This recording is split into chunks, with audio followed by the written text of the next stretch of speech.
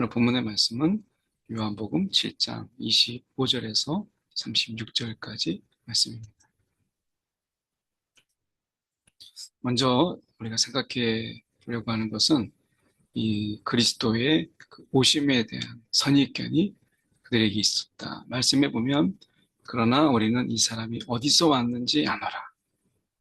그리스도께서 오실 때에는 어디서 오시는지 아는 자가 없으리라. 이런 신비적으로 오시는 신비적인 이런 그분의 오심을 기대했던 것이죠. 그런데 예수님은 요셉의 아들, 그가 어디서 왔는지 다 아는 거예요.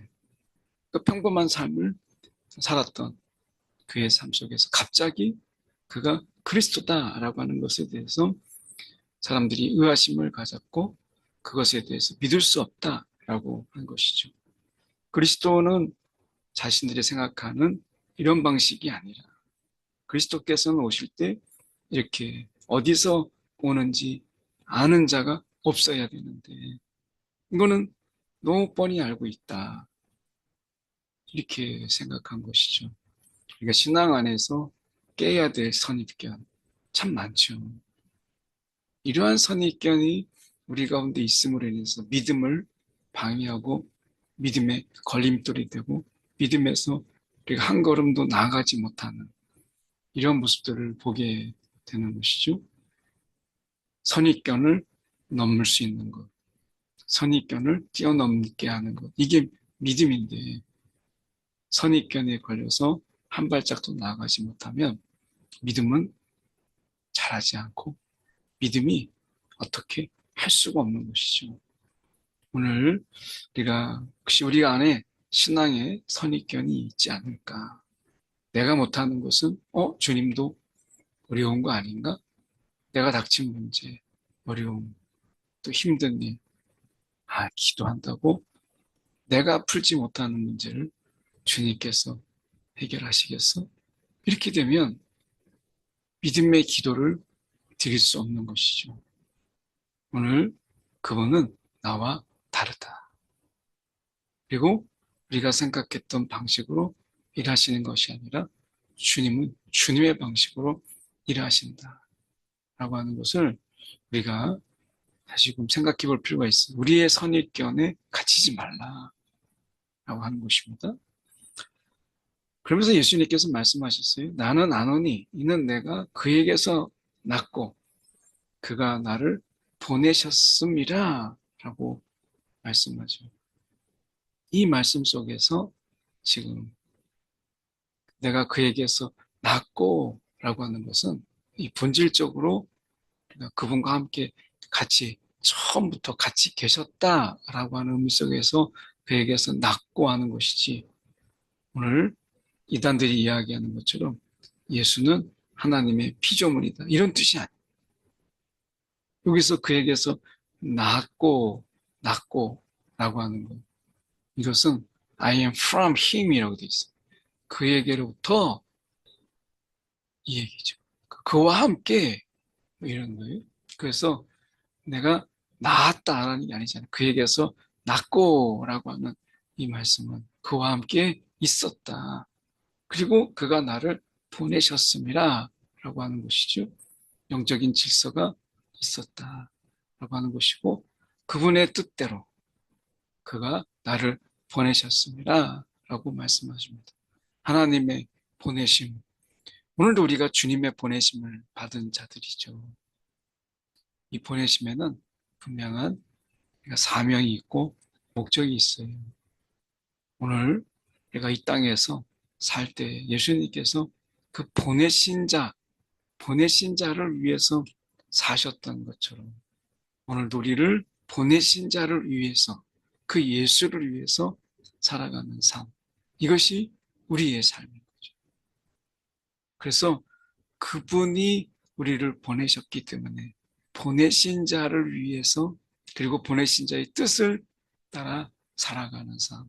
오늘 하루도 하나님의 보내심. 이 하루도 주님의 보내심 속에 우리는 있다라고 하는 것을 기억해야 되겠죠. 보냄을 받은 자. 한편으로는 굉장히 설레잖아요. 내가 보냄을 받았다.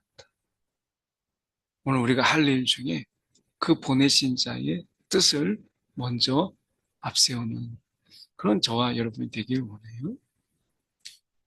예수님께서는 그냥 이 땅에 오셔서 그냥 행하신 것이 아니라 때를 따라서 하나님의 시간표, 내 시간표가 아니라 하나님의 시간표에 맞춰서 살았어요. 그들이 예수를 잡고자 하나 손을 대는 자가 없으니 이는 그의 때가 아직 이르지 아니하였음이러라 라고 말씀하죠. 하나님께서 때를 주관하시는 것처럼 예수님께서는 그 하나님의 때에 따라 행하셨고 하나님의 때에 따라 사셨어요. 오늘 우리가 하나님의 시간표를 사는 자들이죠. 우리가 보냄을 받은 우리가 하나님의 스케줄과 하나님의 일정에 따라서 우리가 살아가요. 사도 바울이 말씀하고 있는 것처럼 우리가 지체할 시간도 없고 안주할 시간도 없이 그의 시간표에 따라서 우리가 살아가는 게으르고 나태하지 않는 이런 삶. 오늘 어떻게 보면 예수님은 그의 때에 따라서 사셨던 것처럼 오늘도 하나님의 때에 우리가 살아가는. 근데 하나님의 때 안에 우리가 거침없이 쉼도 없이 아니죠. 하나님의 때에는 리듬이 있어요. 막 거침없이 막 하나님께서 우리 가운데 막 기도하게 하고 하나님의 일을 막 감당하게 하지만 하나님의 안식과 그리고 하나님의 주시는 이런 쉼의 시간들. 그래서 하나님의 때는 리듬이 있어요. 그래서 내가 이러다가는 언제 쉬지? 이렇게 걱정할 필요가 없어요. 하나님이 우리에게 일할 때와 쉴 때와 회복 때와 이 모든 것을 하나님의 때에 다 두셨거든요. 그래서 우리가 하나님의 때를 따라가면 얼마든지 일하는 기쁨, 쉬는 기쁨, 회복의 감격, 이 모든 것을 하나님이 누리게 하셨다라고 하는 것을 우리가 믿고 주님의 때를 따라가는 저와 여러분 되기 원합니다. 마지막으로 생각해 볼 수 있는 것이 33절에 예수께서 이르시되 내가 너희와 함께 조금 더 있다가 나를 보내신 이에게로 돌아가겠노라. 예수님께서 십자가에서 죽으시고 부활 승천하셔서 다시 아버지께로 돌아가실 이 마스터 플랜을 이야기하죠. 이것을 그들은 알지 못했죠. 그렇지만 적어도 알지 못하고 하는 말 중에 그들이 어떻게 보면 주님께서 이 다시 돌아가심으로 인해서 주님은 우리 가운데 성령을 보내주세요. 35절에 보면 유대인들이 서로 묻되 이 사람이 어디로 가기에 우리가 그를 만나지 못하리요. 헬라인 중에 흩어져 사는 자들에게 가서 헬라인을 가르칠 터인가? 알지 못했지만 아버지에게로 가는 걸 알지 못했지만 이 복음이 예수의 복음이 헬라인에게 이방인에게 갈 것을 그들이 알지 못하고 말하는 것이죠. 오늘 예수님께서 나를 보내신 이에게로 돌아가겠다라고 말씀하세요.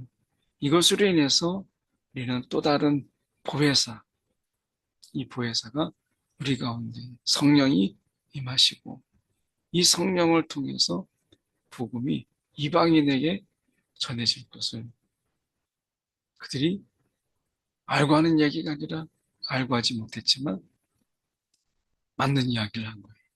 오늘 우리가 그 뜻을 알지 못하고 말하는 이런 자가 아니라 하나님의 뜻이 무엇인지를 알고 우리가 하나님의 그 큰 마스터 플랜을 우리가 기억하면서 잊지 않고 살아가는 것이죠. 분명히 주님께서 십자가에서 승리하셨고 다시 그분이 돌아오시면 분명히 그 날이 있다는 이 마스터 플랜을 우리가 기억하면서 우리가 어디쯤에 있는지 내비게이션에 보면은 목적지가 있죠. 그 완성된 그림이 있기 때문에 우리를 인도할 수 있는 거죠. 오늘 하나님의 그 마스터 플랜 속에 우리가 있다라고 하는 것. 이것이 얼마나 힘이 되고 위로가 돼요? 아직 완성되지 않는 계획표가 아니라 이미 완성된 마스터 플랜 속에 우리가 있다라고 하는 사실을 기억하는 저와 여러분 되기 원합니다. 기도하겠습니다. 사랑의 많으신 하나님 아버지, 오늘도 하나님의 때에 따라 하나님의 그 마스터 플랜을 우리가 기억하며 오늘도 이 땅에서 너희 보내심을 받은 우리가 보내신 자를 위하여 그리고 보내신 뜻을 기억하며 능히 살아가게 하여 주시옵소서. 살아계신 예수 그리스도를 받들어 기도드리옵나이다. 아멘.